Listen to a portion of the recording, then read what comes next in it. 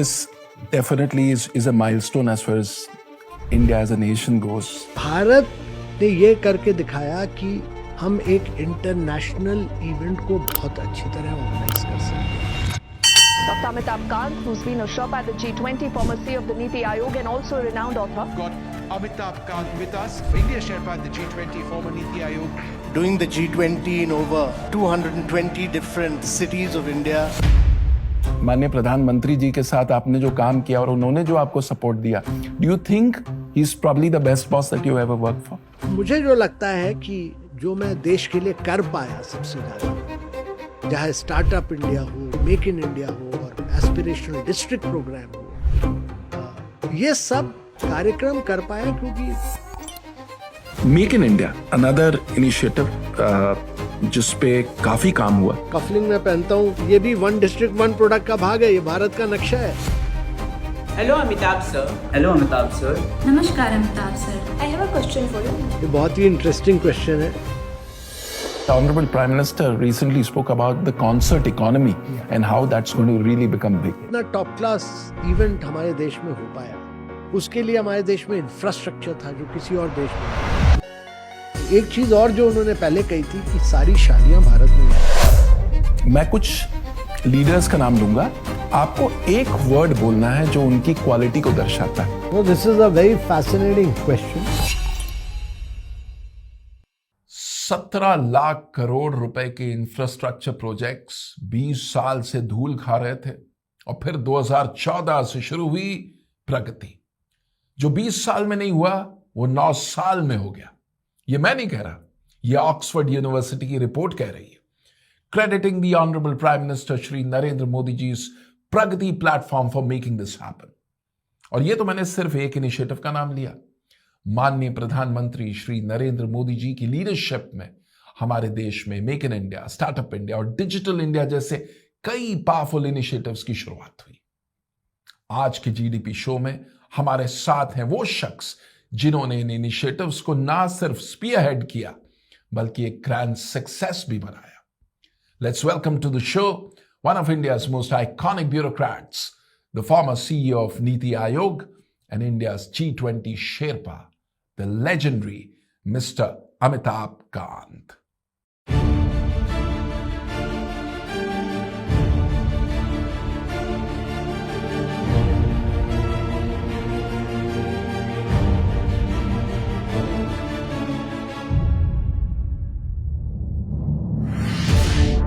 Welcome to the GDP show. Thank you. Great Amitabh. pleasure.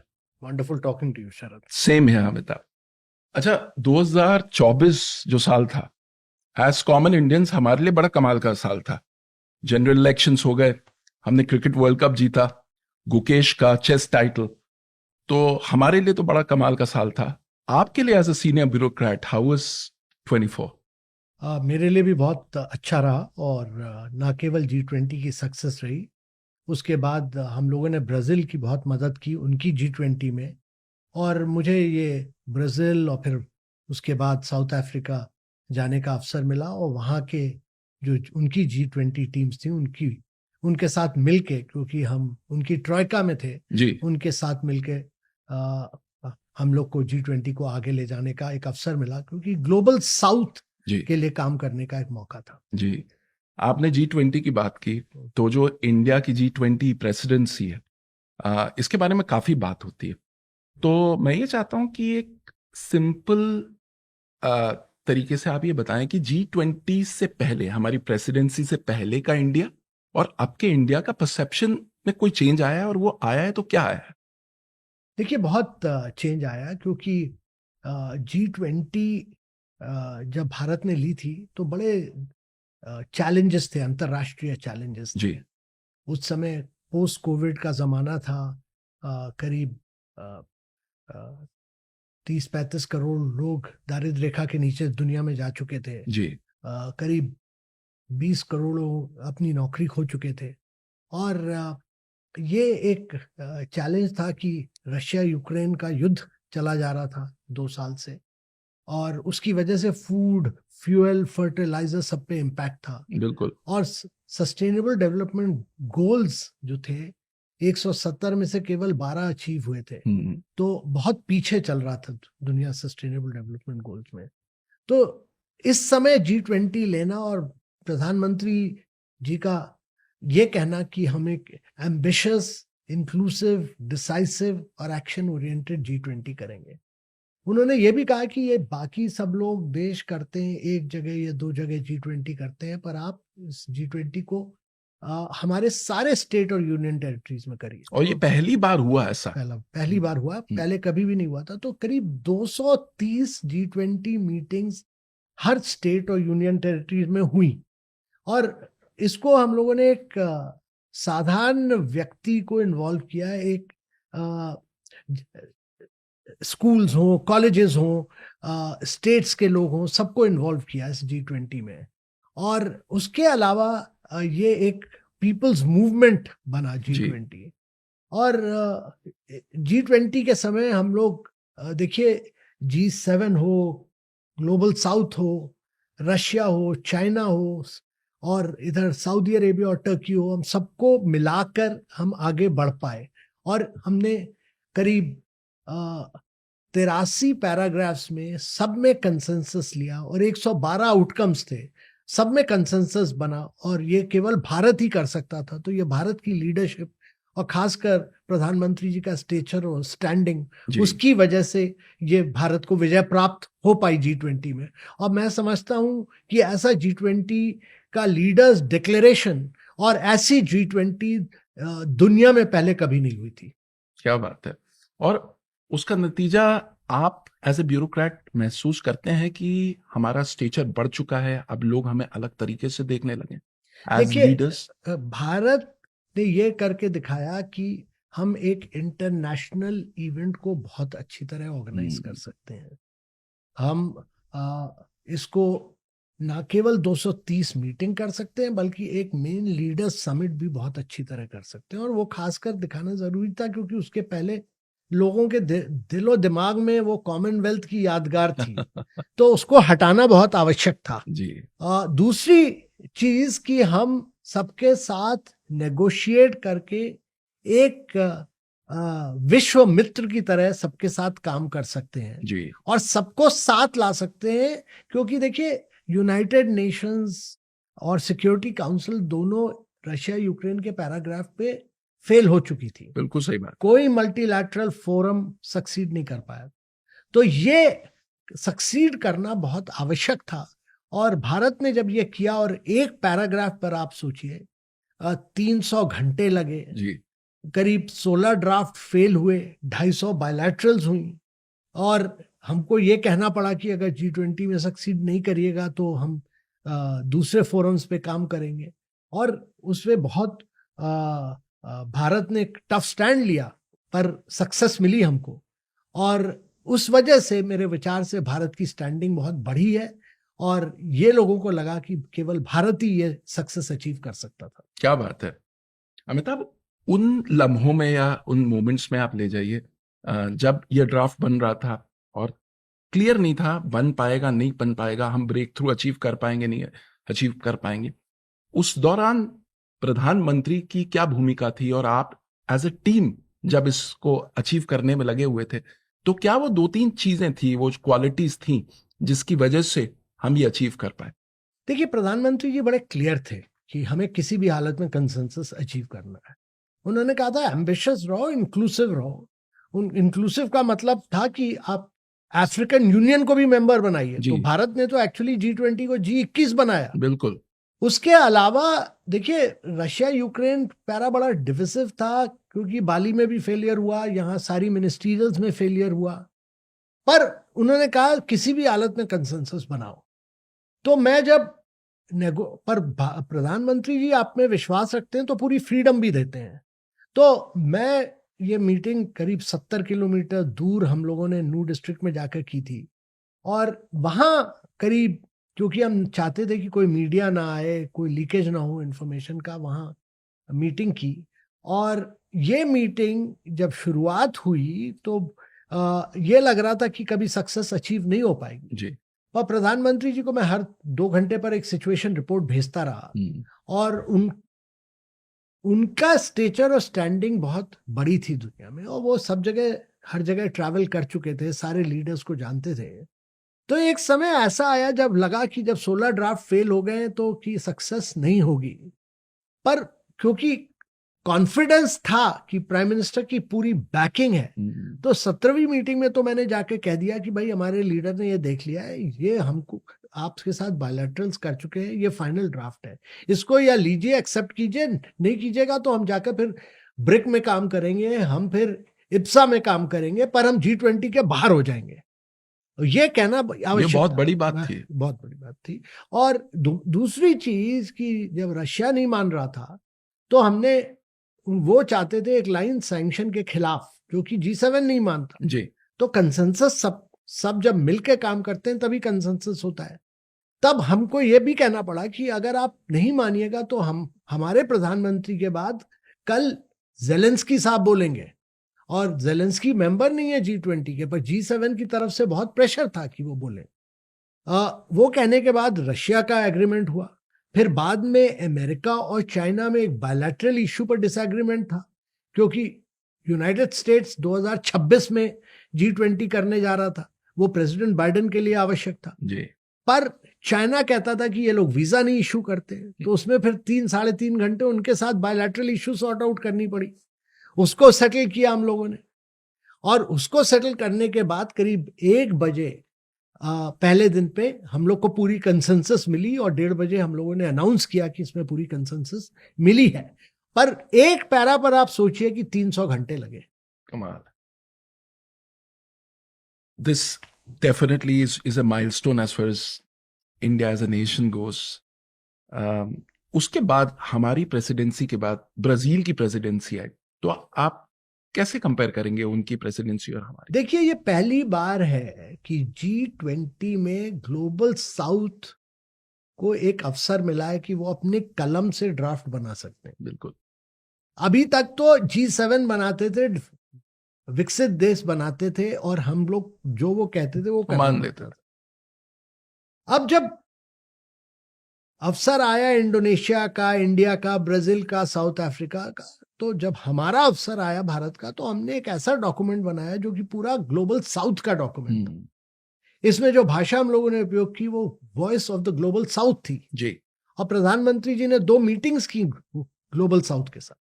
तो ये पहली बार है कि डॉक्यूमेंट बना ग्लोबल साउथ का, और क्योंकि भारत की प्रेसिडेंसी बड़ी एम्बिशियस थी और बड़ी डिसाइसिव थी, यही चीज ब्राजील में जब हुई मीटिंग, तो हम लोगों ने यही कहा कि ग्लोबल साउथ पर फोकस आप करिए, और ग्लोबल साउथ की जो वॉइस है, उनकी जो रिक्वायरमेंट्स है, उनको आगे ले चलिए, और वो बहुत आवश्यक था, और वही हमने किया। कमाल है। तो अब साउथ अफ्रीका की प्रेसिडेंसी की बारी है, तो वहां हमारी क्या एक्सपेक्टेशन है? ग्लोबल साउथ की क्या एक्सपेक्टेशन है? इंडिया की क्या है? देखिए, जो एक्सपेक्टेशंस ये हैं कि हमको ये दुनिया में जो इंस्टीट्यूशंस हैं उनको ट्रांसफॉर्म करना जरूरी है, क्योंकि वो ग्लोबल साउथ की आवाज बोलते नहीं। जी। ये इंस्टीट्यूशंस बने थे वर्ल्ड वॉर 2 के बाद, जबकि ना तो क्लाइमेट क्राइसिस थी, ना सस्टेनेबल डेवलपमेंट गोल्स की क्राइसिस थी।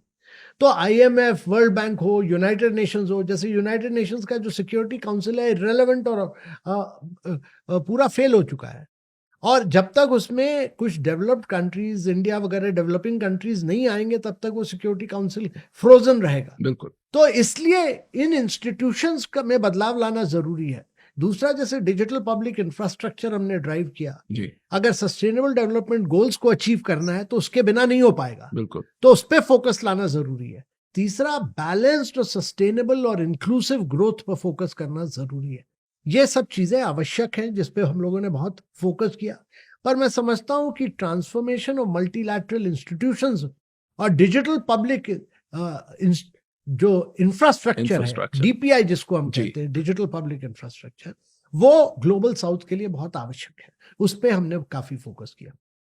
अच्छा, आपकी नई किताब आई है, इसके बारे में काफी चर्चा हो रही है, तो इतना सब करते हुए आपको वक्त कैसे मिला इस किताब को लिखने का, और थोड़े किताब के बारे में बताएं।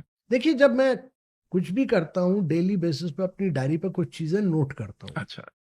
और फिर मैं उस पे वापस जाता हूँ जब वो इवेंट हो जाता है। तो जब ये इवेंट हो गया, तो क्योंकि इसमें बहुत उचाव थे, बहुत टकराव थे, बहुत गिरावट आई कई बार, जी और बिल्कुल। कई बार लगा कि सक्सीड हो ही नहीं सकता। मतलब फेलियर लग रहा था कि बिल्कुल क्लाइमेट पे और जियो पॉलिटिक्स पे फेलियर ही फेलियर लग रहा था, तो लिखते चला जा रहा था, लिखते जा हाँ, वो सारे थॉट्स आपके रंग अलग अलग इमोशन के सारे दिखे सारे होंगे लिखे हुए। आपको। तो जब ये खत्म हो गया, सब कुछ हो गया, तो प्रधानमंत्री जी का निर्देश था कि इसको आप क्रॉनिकल कीजिए, इसको पर जी। लिखिए, क्योंकि ये आगे चल के G20 कैसे इंडिया सक्सीड हुआ, क्योंकि हम बाद में चल के तो ओलंपिक्स भी करेंगे, जी क्या लेसन्स हैं, क्या चैलेंजेस आए, क्या दिक्कतें आई, वो सब समझना बहुत आवश्यक है। तो ये सब रिकॉर्ड किया गया है इस किताब में, और अप्स एंड डाउन्स क्या रहे वो सब बताया गया है, और क्यों विजय प्राप्त हुई, और उसको विजय प्राप्त करने के लिए हमको क्या क्या करना पड़ा। क्योंकि हम लोग कई बार तो हम लोग ने प्लीड किया, कई बार कैजोल किया, कई बार थ्रेटन किया, कई बार इंटिमिडेट साम किया, दाम दंड सब भेद। साम दाम दंड भेद सब कुछ किया, और उसी वजह से वो इनसाइड स्टोरी क्या है वो लिखा है। क्या बात है। और आपने उसका नाम मैं आपको बता दूं, how India scaled mount G20, ये नाम था। वाकई माउंट G20 था वो। और अब व्हेन यू लुक बैक आपको लगता होगा कि क्या हमने अचीव कर लिया। देखिए, इसलिए रखा स्केल्ड माउंट G20 क्योंकि मैं तो केवल शेर्पा था, जी। लीडर तो एक्चुअली प्रधानमंत्री थे। जी प्रधानमंत्री जी का मैं एक शेर्पा था, तो शेर्पा का काम है कि अपने लीडर को माउंट एवरेस्ट पर पहुंचाए, उसकी ऊंचाइयों पर पहुंचाए, और ये सबसे चैलेंजिंग काम होता है शेर्पा का, क्योंकि वो उसको सबके बीच में कंसेंसस लानी होती है। तो वो कैसे लाए, क्या किया, और कैसे लीडर्स को, और लीडर्स से मुझे क्या मदद मिली, क्या सहायता मिली, और मैं क्या सीख पाया लीडर से, वो उस पर भी एक चैप्टर है। क्या क्योंकि बात है। प्राइम मिनिस्टर की क्वालिटीज, जो उनकी विजन थी, जो उनका बोल्ड और रिस्क लेने का अंदाज था, और जो उनका स्टेचर स्टैंडिंग थी, और कभी हमेशा ऑप्टिमिस्टिक रहे। आखिरी दिन भी जब हम सक्सीड नहीं कर रहे थे, उन्होंने मुझसे कहा कि भाई कंसेंसस अचीव करो, कैसे करते हो मुझे प्रोसीजर और रेगुलेशन में मत डालो, पर तुम अचीव करके दिखाओ। तो वो ऑप्टिमिज्म था उनका, और रिस्क टेकिंग एबिलिटी थी, और विश्वास था मेरे जी। पर, तो इसीलिए हम कर पाए। आप कई लीडर्स के साथ आपने काम किया, एंड अक्सर आपका जो बॉस होता है उसमें वो क्वालिटी होती है to get the best out of you. तो आप माननीय प्रधानमंत्री जी के साथ आपने जो काम किया और उन्होंने जो आपको सपोर्ट दिया, do you think he is probably the best boss that you ever work for? देखिए, मैं सारे गवर्नमेंट्स में काम कर चुका हूँ। मैं केरला में कम्युनिस्ट गवर्नमेंट में भी काम किया, और जब मैं केरला में टूरिज्म में गया तो मुझे तो टूरिज्म एक पनिशमेंट पोस्टिंग की तरह मिली। मैं 10 महीने मुझे पोस्टिंग नहीं दी, फिर पनिशमेंट की तरह। तब किसी ने केरला का नाम नहीं सुना था। जी। वो भी एक अवसर था, क्राइसिस एज एन अपॉर्चुनिटी थी, तो टूरिज्म डेवलप किया। उसके बाद मैं जब टूरिज्म सेक्रेटरी था तो वाजपेयी साहब वहाँ केरला आए, तो उनसे मिलने का एक अवसर मिला, और करीब हफ्ते भर में उनके साथ था कुमारगम बैक वाटर्स जी। पे। और बाद में मैं जो गवर्नमेंट आई, उस मनमोहन सिंह साहब थे प्रधानमंत्री, जी। और उसके बाद मैं सचिव बना इस गवर्नमेंट में, मैं सीओ नीति आयोग बना, और मैं G20 का शेर्पा बना। जी। पर मुझे जो लगता है कि जो मैं देश के लिए कर पाया सबसे ज्यादा, चाहे स्टार्टअप इंडिया हो, मेक इन इंडिया हो, और एस्पिरेशनल डिस्ट्रिक्ट प्रोग्राम हो, ये सब कार्यक्रम कर पाया क्योंकि प्राइम मिनिस्टर में, मोदी साहब में एक विजन है। दूसरा, वो बिलीफ रखते हैं अपने ऑफिसर्स में। तीसरा, मेरे विचार से वो एक बोल्डनेस है जिससे कि हम आगे बढ़ते हैं। और चौथा, वो बड़े मॉनिटर करते हैं, रिव्यू करते हैं, और डिटेल्स में जाते हैं, पर आप पर छोड़ते हैं कि आप सक्सेस डिलीवरी दीजिए। और आखिरी चीज, वो टीम वर्क और कम्युनिकेशन में विश्वास रखते हैं। तो हमेशा वो टीम वर्क बनाते हैं। तो कोऑपरेटिव G20 एक कोऑपरेटिव फेडरलिज्म का भी बहुत बड़ा एग्जाम्पल है कि कैसे सारे स्टेट और कैसे सारे यूनियन टेरिटरीज साथ आए। और आखिरी, मेरे विचार से जो सबसे आवश्यक चीज मैंने जो सीखी है कि कुछ भी करो तो उसके पहले एक कंसेंसस बनाना आवश्यक है, सबको साथ ले जाना आवश्यक है, और कम्युनिकेट करना आवश्यक है। तो ये सब चीजें बहुत मैंने सीखी उनसे। और मैं सोचता हूँ कि सबसे ज्यादा मैंने प्रधानमंत्री मोदी जी के साथ कई प्रेजेंटेशन किए। वो कई बार जब वो समझते नहीं है तो साफ बोलते हैं कि मैं समझा नहीं, दोबारा प्रेजेंटेशन करो। कोई लीडर ये कहता नहीं है, हाँ। पर वो दोबारा कराते, तिबारा कराते, चौथी बार कराते हैं, पांचवी बार तब कराते तक उन्हें क्लियर ना हो जाए। जब तक वो कन्विंस नहीं हो जाए और जब तक वो ये न क्लैरिटी आ जाए कि सब लोग कन्विंस हैं, तब वो फिर निर्णय लेते हैं और बड़े डिटेल में जाकर निर्णय लेते हैं। और ये चाहे स्टार्टअप इंडिया हो, चाहे मेक इन इंडिया हो, सब पे उन्होंने बड़ी लगन और मेहनत के साथ मॉडिफिकेशंस करवाए। और जो कि बाद में चल के जब एक बार उन्होंने कहा कि आप 100 दिन में 100 डिजिटल मेले कीजिए, मुझे तो लगा कि हो नहीं सकते 100 दिन में 100 डिजिटल मेले, पर उनका आदेश था। 2-3 बार बोला पर उनका आदेश था। पर मुझे जब पीछे मुड़ के देखता हूं तो लगता है कि वो नहीं होता तो फिर ये डिजिटल ट्रांसफॉर्मेशन इंडिया का नहीं होता, क्योंकि उसकी वजह से हम आरबीआई, एनपीसीआई, बैंक्स, स्टार्टअप सबको एक साथ ले पाए। तो वो जो उनकी कन्विक्शन है वो आपको पावर कर देती है, फिर एम्पावर करती है। सुपर, क्या बात है। थोड़ा अब आपके करियर के बारे में बात करते हैं। You had a phenomenal career as a bureaucrat. बहुत ही कमाल के प्रेस्टिजियस असाइनमेंट्स पे आपने काम किया। पहले बात करते हैं नीति आयोग की। प्लानिंग कमीशन था, नीति आयोग बन गया। वो 10 साल तकरीबन, अब एक डेकेड हो गया। तो क्या वो पैराडाइम स्ट्रैटेजिक शिफ्ट्स आ गए हैं नीति आयोग लेके आया, और 2-3-4 वो achievements which you are proud of? देखिए, सबसे जो आवश्यक चीज थी कि प्लानिंग कमीशन फाइनेंशियल एलोकेशन करता था। और मुझे याद है, मैं स्टेट से आते थे, हम लोग यहाँ बैठे रहते थे और स्टेट्स के एलोकेशन पर भी प्लानिंग कमीशन डिसाइड करता था, जो कि आवश्यक नहीं था। हर मिनिस्ट्री का एलोकेशन प्लानिंग कमीशन डिसाइड करता था, वो कि आवश्यक नहीं था। तो जब कन्वर्जन हुआ ये नीति आयोग में, national institution for transforming India, ये एक थिंक टैंक की तरह कॉन्सेप्चुअलाइज किया गया था। और मेरे विचार से कई चीजें जो हम लोगों ने की इसमें, आउटकम बेस्ड मॉनिटरिंग हो जैसे, या इलेक्ट्रिक व्हीकल मूवमेंट हो, या प्रोडक्शन लिंक्ड इंसेंटिव हो, या आप देखिए एस्पिरेशनल डिस्ट्रिक्ट प्रोग्राम हो जी, ये सब में नीति आयोग से शुरुआत हुई। और कई ऐसे नए मुद्दे हुए जिसने देश को ड्राइव किया। अब एस्पिरेशनल डिस्ट्रिक्ट प्रोग्राम देखिए, इसमें पैसे का एलोकेशन का सवाल नहीं था, इसमें तो डेटा का इशू था, गुड गवर्नेंस का इशू था, मॉनिटरिंग का इशू था। और जो डेटा था उसके बेसिस में कौन डिस्ट्रिक्ट अच्छा कर रहा है, सबसे पीछे वाले डिस्ट्रिक्ट्स थे 115, और प्रधानमंत्री इनको बैकवर्ड नहीं कहा, उन्होंने एस्पिरेशनल कहा। और उसकी वजह से हम बदलाव कर पाए इन 115 डिस्ट्रिक्ट में। और ये डिस्ट्रिक्ट्स बेस्ट परफॉर्मिंग डिस्ट्रिक्ट से भी अच्छे बने आगे चल के। तो बहुत बदलाव आया है। क्या बात है। Make in India, another initiative जिसपे काफी काम हुआ। तो वो 2-3 चीजें which you are very proud of the achievements of make in India. देखिए, जब मेक इन इंडिया जब शुरुआत हुई, ये बड़ा क्लियर था कि हमें मैन्युफैक्चरिंग का शेयर बढ़ाना जरूरी है, क्योंकि 46% जनसंख्या भी एग्रीकल्चर सेक्टर में जी, उसको वहां से निकाल के आपको मैन्युफैक्चरिंग में लाना आवश्यक है और एक्सपोर्ट बढ़ाना आवश्यक है। तो पहली चीज तो ये हुई कि प्रधानमंत्री जी ने बड़े क्लियरली कहा कि आप ये जो रूल्स, रेगुलेशन, प्रोसीजर बना रखे हैं इसको हटाओ। तो 1700 लॉ हटाए गए, प्रोसीजर्स हटाए गए, रूल्स हटाए गए। सबसे बहुत आवश्यक था, क्योंकि हम लाइसेंस राज में फंसे हुए थे जी। तो वो ईज ऑफ डूइंग बिजनेस पर बड़ा फोकस हुआ। दूसरी चीज ये हुई कि फॉरेन डायरेक्ट इन्वेस्टमेंट रिजीम को लिबरलाइज किया गया, जिससे कि एफडीआई बढ़ा।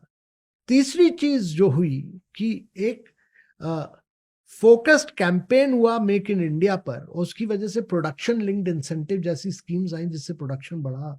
एप्पल यहाँ आया बनाने के लिए, अब एक्सपोर्ट कर रहा है। और चौथी चीज जो मेरे विचार से आवश्यक थी, वो थी कि स्टार्टअप इंडिया इनिशिएटिव आया। उस समय हमारे यहाँ देश में 200 से भी कम स्टार्टअप्स थे, आज करीब 1.5 लाख स्टार्टअप्स हैं, 150 यूनिकॉर्न्स हैं, और बहुत बदलाव आया है देश में इसकी वजह से।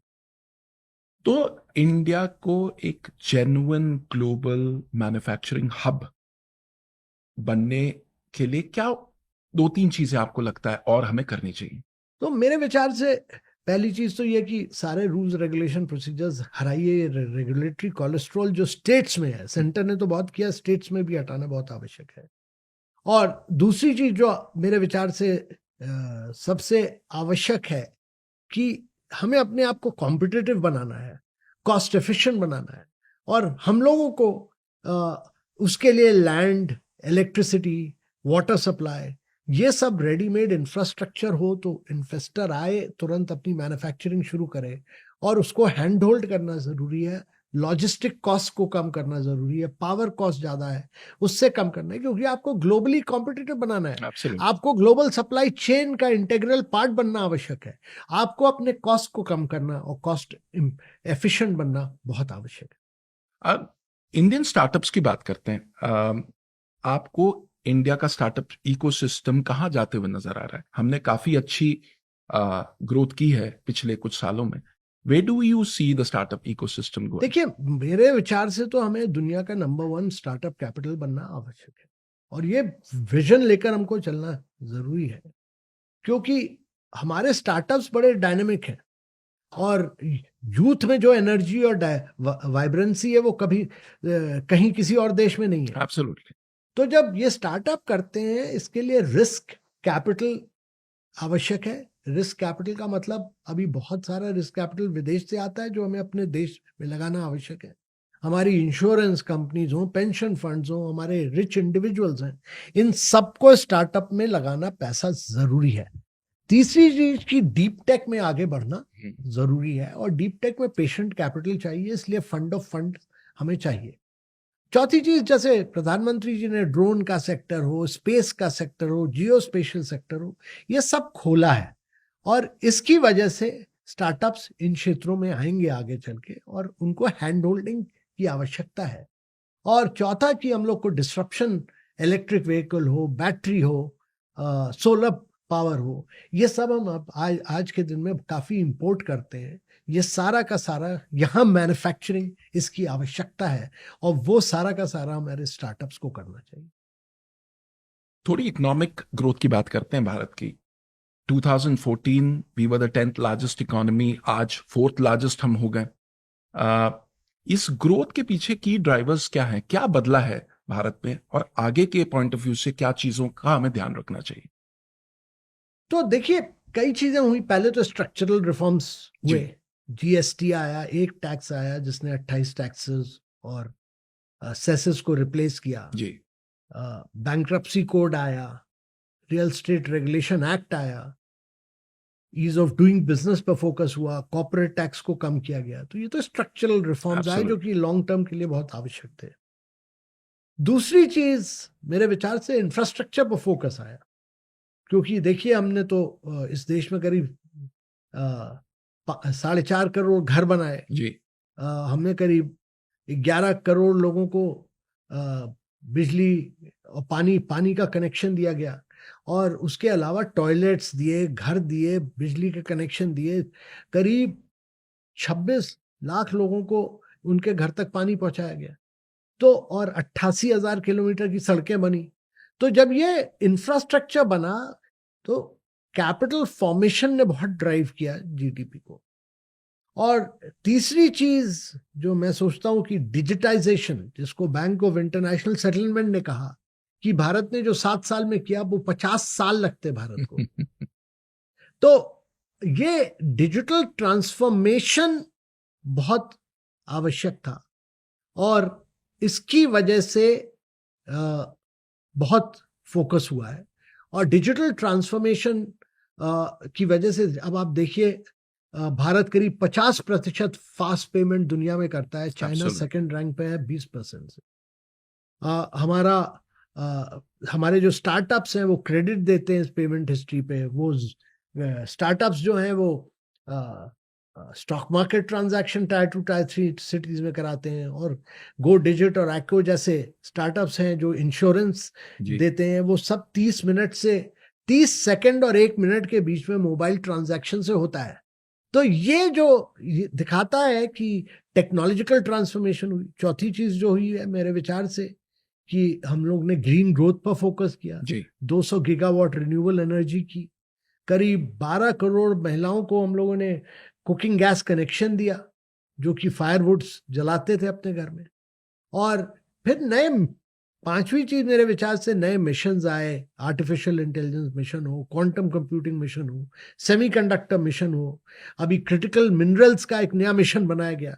तो ये सब चीजें, नई टेक्नोलॉजी हमको कैसे आगे ले जाएगा आने वाले दिनों में, वो बहुत आवश्यक था। तो ये सब चीजों ने ड्राइव किया है मेरे विचार से। ऑसम। थोड़ी बात करते हैं हमारी यूपीआई की। ये जब इनिशिएटिव शुरू हुआ था यूपीआई का, कभी आपने सोचा था कि ये इस स्केल पे पहुंचेगा और ये हमारे स्टेचर को इतना बिल्ड करेगा? देखिए, मैंने तो शुरुआत से देखा, जबकि 2015 और 2017 के बीच में 550 मिलियन, मतलब 55 करोड़ लोगों के बैंक अकाउंट खुले। जी। उनको फिर आधार से सीड किया गया, मोबाइल नंबर से सीड किया। और जब मैं बताता कि प्रधानमंत्री ने कहा कि 100 दिन में 100 डिजिटल मिले करो, तो उस समय से मैंने देखा, कभी ये नहीं लगता था कि हम इतनी प्रोग्रेस कर पाएंगे। अब आप ये समझिए कि हम दुनिया का 50% payment real time fast payment हो रहा है, बैंक से क्रेडिट और डेबिट हो रहा है जी। तो ये किसी देश में नहीं होता, किसी दुनिया में नहीं होता। और ये मेरे ख्याल से बहुत प्रोग्रेस हुई है। और पर यूपीआई का जो बैकबोन है, उसको उपयोग करके हम कई चीज़ों में आगे बढ़े। हम जैसे ई कॉमर्स में आगे बढ़े, हम जैसे कोविड के समय हम लोगों ने बहुत काम किया इसके बेसिस पे। और हम आज इंश्योरेंस हो या फास्ट पेमेंट हो या क्रेडिट हो या फिर आपका स्टॉक मार्केट ट्रांजैक्शन हो, ये सब हम 30 सेकंड में करते हैं। और यही वजह है कि हमारा कॉस्ट ऑफ ट्रांजैक्शन बहुत गिरा है जी। वो करीब $25 से गिर के, एक study bank of international settlement की और वर्ल्ड बैंक की कहती है कि आप 15 सेंट पे आ गया। और उसकी वजह से ईज ऑफ बिजनेस हुई है, ईज ऑफ लिविंग हुई है भारत में, और वो देश को आगे ले गया है। अच्छा, यूपीआई इस वक्त अमिताभ 7 कंट्रीज में एक्सेप्ट हो चुका है भारत से बाहर। आगे आपको क्या ग्रोथ दिख रही है यूपीआई की इंटरनेशनली? यूपीआई देखिए हर ग्लोबल देश में जाएगा, ग्लोबल साउथ के हर देश में जाएगा, क्योंकि इसकी, जब भारत ने G20 की प्रेसिडेंसी की, हर मीटिंग के पहले हम लोगों ने दिखाया कि कैसे डिजिटल ट्रांसफॉर्मेशन हुआ है भारत में, कैसे डिजी लॉकर बना है जी, कैसे हम फास्ट पेमेंट करते हैं, कैसे हम इंश्योरेंस करते हैं, कैसे एजुकेशन के क्षेत्र में दीक्षा बना है। और ये सब देखने के बाद सबने एक्सेप्ट किया, और G20 ने एक्सेप्ट किया इसकी क्योंकि पिछले 3-4 डेकेड्स में, 40 सालों में अमेरिका में केवल बिग टेक, जी, गूगल हो या फेसबुक हो या अमेजॉन हो, और चाइना में टेंसेंट और अलीबाबा, पर ये क्या करते हैं, आपका और हमारा डेटा लेकर वो उपयोग करते हैं। जी। इंडिया में क्या है कि ये ओपन सोर्स है, ओपन एपीआई है, ग्लोबली सबके लिए। हाँ, सबके लिए। और उसकी वजह से प्राइवेट सेक्टर, एक डिजिटल पब्लिक लेयर के ऊपर प्राइवेट सेक्टर कंपीट करता है, जी, तो इनोवेशन होता है उसकी। और डेटा जो है वो साधारण व्यक्ति के पास उसका डेटा रहता है। Digital empowerment protection architecture empower करता है कि डेटा सिटीजन्स का सिटीजन्स के पास ही रहिए। जो ट्रांजैक्शन के लिए डेटा उपयोग होता है वो केवल मेमोराइज नहीं किया जाता। जी। और ये मॉडल किसी और देश में नहीं है जो भारत में है। तो मेरे विचार से जो यूपीआई नहीं बल्कि पूरा डिजिटल इकोसिस्टम जो भारत ने बनाया है, ये ग्लोबल साउथ को आगे ले जाएगा। नहीं तो एसडीजी नहीं अचीव हो पाएंगे और नहीं साधारण व्यक्ति की जिंदगी में बदलाव नहीं ला पाएंगे। तो जब आप ये विश्व को ये प्रेजेंट करते हो और हमारी यूपीआई की और हमारी ये डिजिटल इकोसिस्टम की बात जब आप उनको बताते हो, तो वहां से क्या रिस्पॉन्स आता है? उनका क्या प्रतिक्रिया होती है हमारे इन एडवांसमेंट्स को लेके? वो तो बहुत अद्भुत रह जाते हैं। और जो भी डेलीगेट आया उसने ट्रांजैक्शन किया यहाँ मोबाइल से जी, और उनको पहली बार लगा कि देखिए 5 साल से तो मैंने खुद, ना मैं किसी फिजिकल बैंक में गया ना मैंने अपना एटीएम उपयोग किया, ना मैं डेबिट कार्ड क्रेडिट कार्ड उपयोग करता हूँ। ये सारा का सारा ट्रांजैक्शन मैं अपने मोबाइल से करता हूँ। तो एक तो ये डिजिटली सेफ है, सिक्योर है, और दूसरा कि 30 सेकंड के अंदर हम लोग कर पाते हैं। जी। तो ये एक मेरे विचार से क्रांति है जो भारत में आई है, और ये क्रांति साधारण व्यक्ति की जिंदगी में बदलाव लाती है। तो ये ग्लोबल साउथ जो है वो समझा कि अगर उनको दारिद्रता के ऊपर उठना है और साधारण व्यक्ति की जिंदगी को बदलना है तो इसके लिए डिजिटल पब्लिक इंफ्रास्ट्रक्चर आवश्यक है।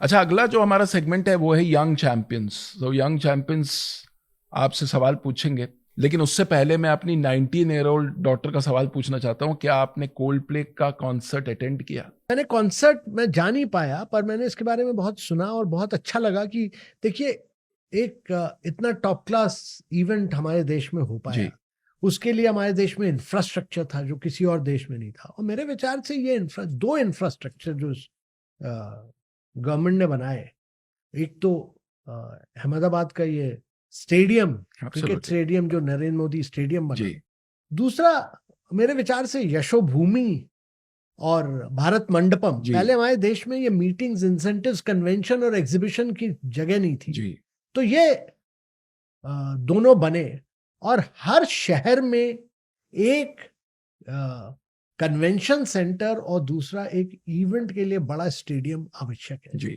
जिससे कि हम इंडिया एक मीटिंग्स, इंसेंटिव्स, कन्वेंशन, एग्जीबिशन और एंटरटेनमेंट के लिए globally the best destination बन के निकले. And the Honorable Prime Minister recently spoke about the concert economy and how that's going to really become big. Concert economy, और एक चीज और जो उन्होंने पहले कही थी कि सारी शादियां भारत में होनी चाहिए. ये बाहर जाके शादी, किसी युवा व्यक्ति को विदेश में जाके शादी नहीं करनी चाहिए, सारी की सारी शादियां हिंदुस्तान में ही होनी चाहिए. Hello Amitabh sir, I'm Advait Kucharkar from Bhatikar Model High School, Goa, and my question is, do world leaders also make jokes during meetings, or is it all just serious business? No, this is a very fascinating question. And to my mind, you know, when the leaders meet, it's not just the formal discussion which takes place, there's also informal discussion. And there is a lighter side to every leader, particularly Prime Minister Modi. He has a very personal relationship with all these leaders. And he cracks a lot of jokes, humor. All of them crack a lot of jokes. And during breaks or during lunchtime or during dinner time, actually, the Prime Minister told us, don't do too big a cultural show. Do it very light as a background medium so that people could talk and interact. All the leaders had a very good meeting. They could talk and interact during the G20. और बहुत ही humorous भी रहा. कई jokes काटे गए और कई funny incidents भी रहे. क्या बात है. Hello Amitabh sir. My name is Divij. I'm from Podar International School, Mumbai. I wanted to ask you, do you have to learn to say hello in many languages, and which one is the hardest? There are many languages in which leaders say hello. They always have a translator with them. But I think saying hello in both Russian and Chinese is tough. But because there is a translator, you're able to translate easily. Every leader has a translator with them. Great. नमस्कार Amitabh sir, मेरा नाम आफरीन है और मैं PM Shri राजकीय बालिका inter college Barabanki Uttar Pradesh की छात्रा हूँ.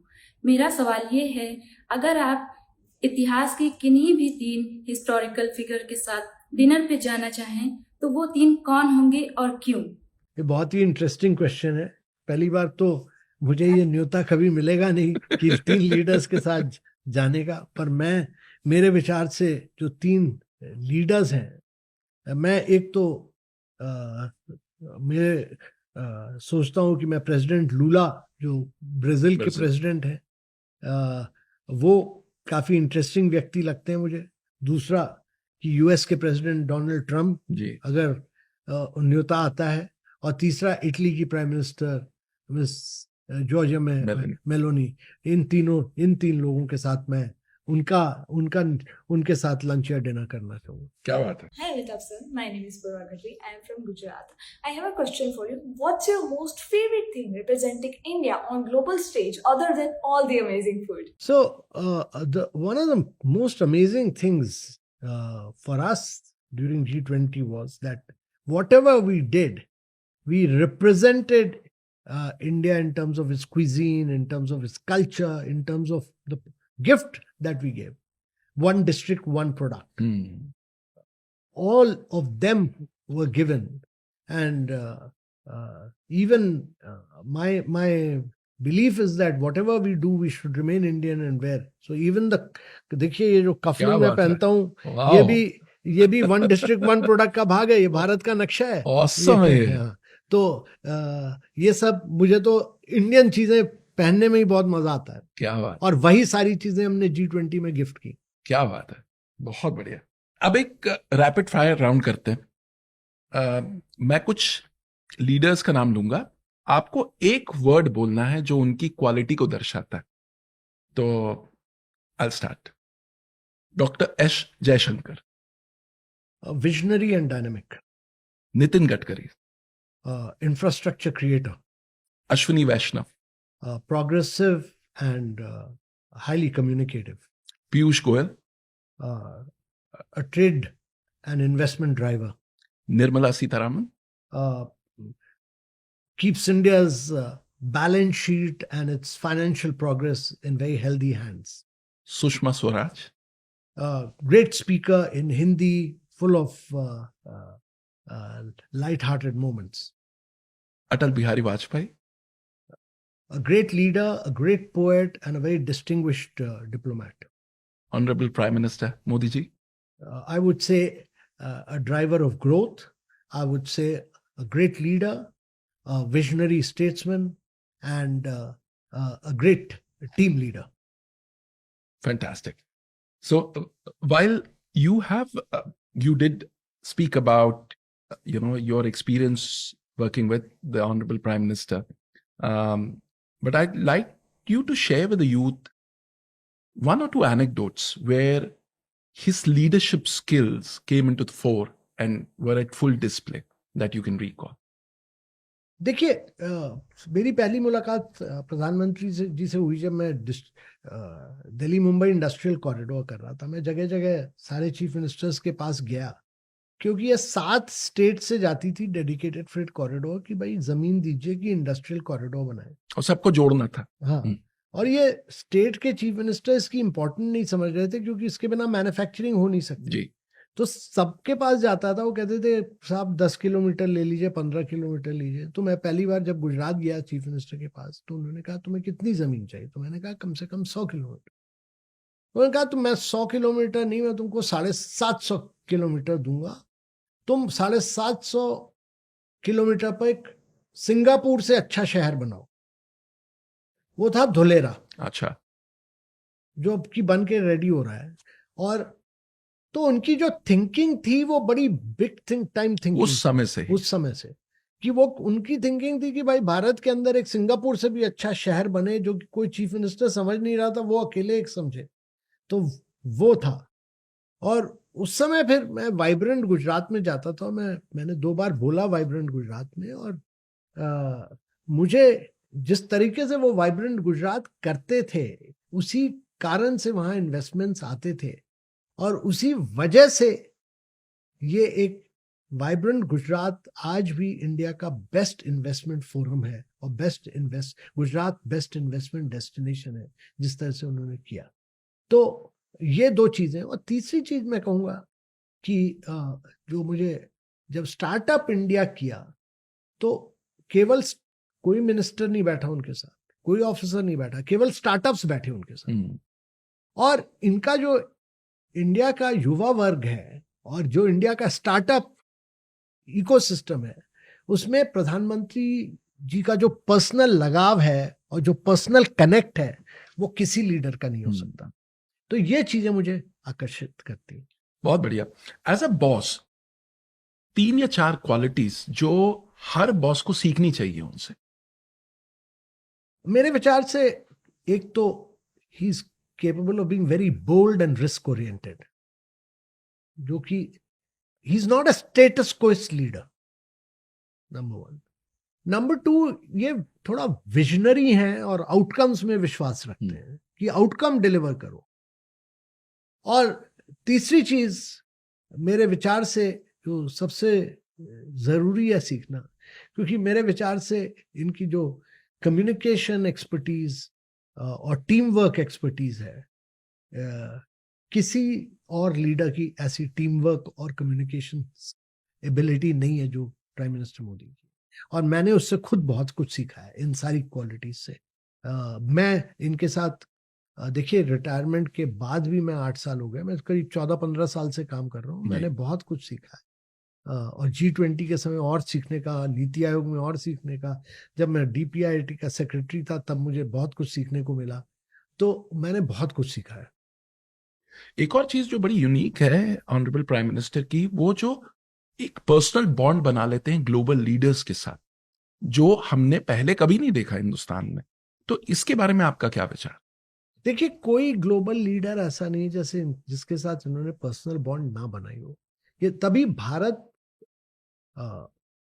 जब ये रशिया और यूक्रेन का क्राइसिस हुआ जी, तो भारत की रिलेशनशिप दोनों रशिया से और USA से बनी रही और हम रशिया से ऑयल खरीदते रहे, प्रोसेस करते रहे, जिसकी वजह से हमारी इकोनॉमी में साधारण व्यक्ति को इम्पैक्ट नहीं पड़ा और उस प्रोसेस्ड ऑयल को हम यूरोप एक्सपोर्ट करते रहे, जो यूरोप ने लिया।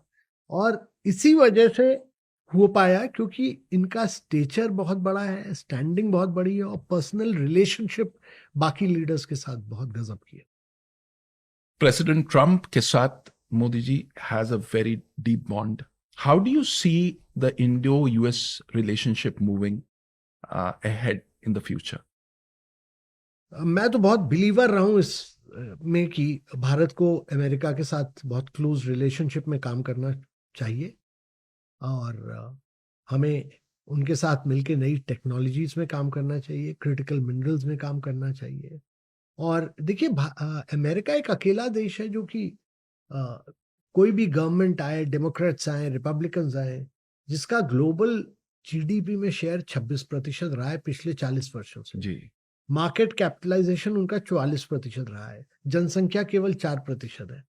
4% संख्या में ये रहा है। यूरोप का शेयर घटा है और अगर US जो इनोवेटिव और डायनेमिक सोसाइटी है, रिस्क कैपिटल जो प्रोवाइड करती है, वो कल्चर, इनोवेशन, ग्रोथ, डायनेमिज्म का कल्चर हमको बेनिफिट करेगा। उनके साथ ट्रेड करने में देखिए, कोई देश ऐसा नहीं है जो कि बड़ा हुआ हो बिना अमेरिका के साथ ट्रेड किए। जी, जापान पोस्ट वर्ल्ड वॉर 2, उसके बाद कोरिया हो, उसके बाद ताइवान हो, हाल ही के समय में चाइना हो, ये सब के सब अमेरिकन इकोनॉमी के बेसिस पर बड़े हुए जी। और इंडिया को अमेरिका के साथ क्लोजली ट्रेड और इन्वेस्टमेंट और मैन्युफैक्चरिंग में काम करना आवश्यक है। हमारी जो GDP के जो व्यूअर्स हैं, यंग व्यूअर्स हैं, तो एक जो टॉपिक जो सबका बड़ा फेवरेट होता है, हैबिट्स, पावर हैबिट्स। क्या वो हैबिट्स हैं वो अपने अंदर इनकलकेट करें? तो 3 पावर हैबिट्स जो honourable prime minister Modi ji के आपने ऑब्जर्व किए, जो आपको इंप्रेस किए। देखिए, सबसे जो बेस्ट चीज जो मुझे लगी कि उनकी एबिलिटी टू लिसन। जब कोई बोलता है तो वो पूरा सुनते हैं, प्रेजेंटेशन कोई होता है पूरा ग्रास्प करते हैं। वो लिसनिंग एबिलिटी इंडियंस में नहीं है और वो दूसरों को सुनने की बहुत आवश्यकता है और सीखने, उनकी ability to learn and benefit from what others are saying is unique मेरे विचार से। और एक या 2 पावर हैबिट्स आपकी अपनी जो आपको लगता है आपको यहां तक लेके आए?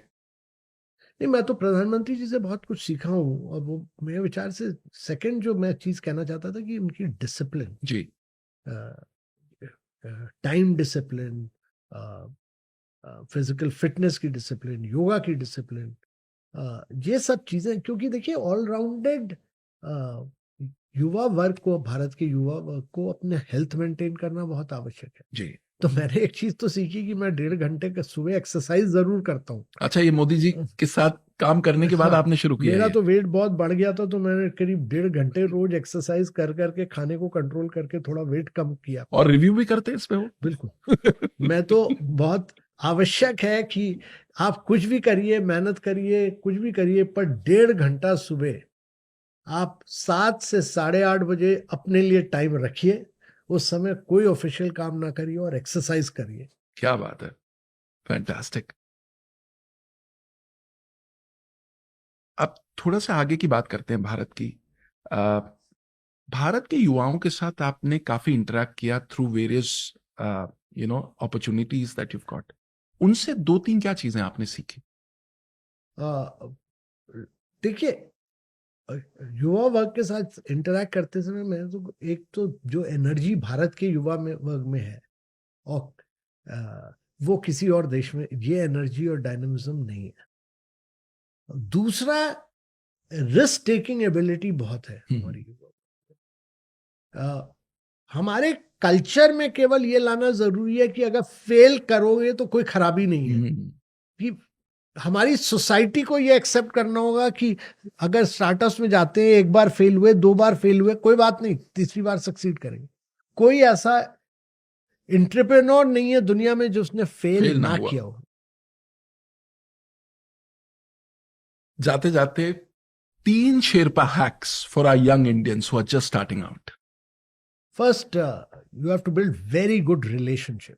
तो आपका जो पर्सनल रिलेशनशिप है वो सबके साथ बहुत अच्छा होना चाहिए। एरोगेंस मत लाइए अपने बिहेवियर। दूसरा, आपको बहुत हार्डवर्क, रिलेंटलेस हार्डवर्क करना आवश्यक है, क्योंकि बिना हार्डवर्क के कोई चीज सक्सीड नहीं होती।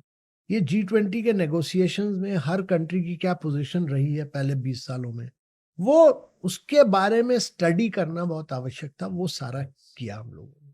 तो हार्ड वर्क बहुत आवश्यक था, और उसका कोई सब्स्टिट्यूट नहीं। कोई सब्स्टिट्यूट। रिलेंटलेस हार्ड वर्क कीजिए।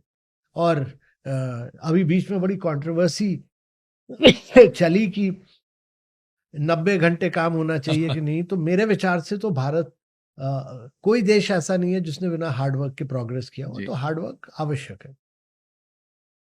और तीसरी चीज जो मेरे विचार से है कि टेक्नोलॉजी का उपयोग करना, क्योंकि आगे चल के बिना टेक्नोलॉजी के हम ग्रो नहीं कर पाएंगे।